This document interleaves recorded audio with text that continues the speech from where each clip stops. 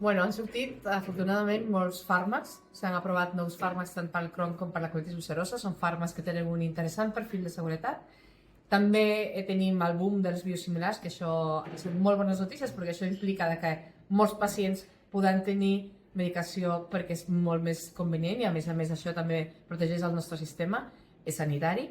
Estem fent avanços també en la combinació de nous fàrmacs per pacients que són especialment refractaris, però sobretot jo penso que el més important és que hi ha cada vegada més conscientització de la malaltia i els pacients triguen menys en diagnosticar-se i tenim una xarxa, no només a Catalunya, sinó a tot l'Estat, d'hospitals que tenen unitats acreditades i fa que el pacient en el lloc en el que vulgui viure tindrà acreditat i tindrà la possibilitat de ser atès en un equip multidisciplinar que conegui molt bé la malaltia.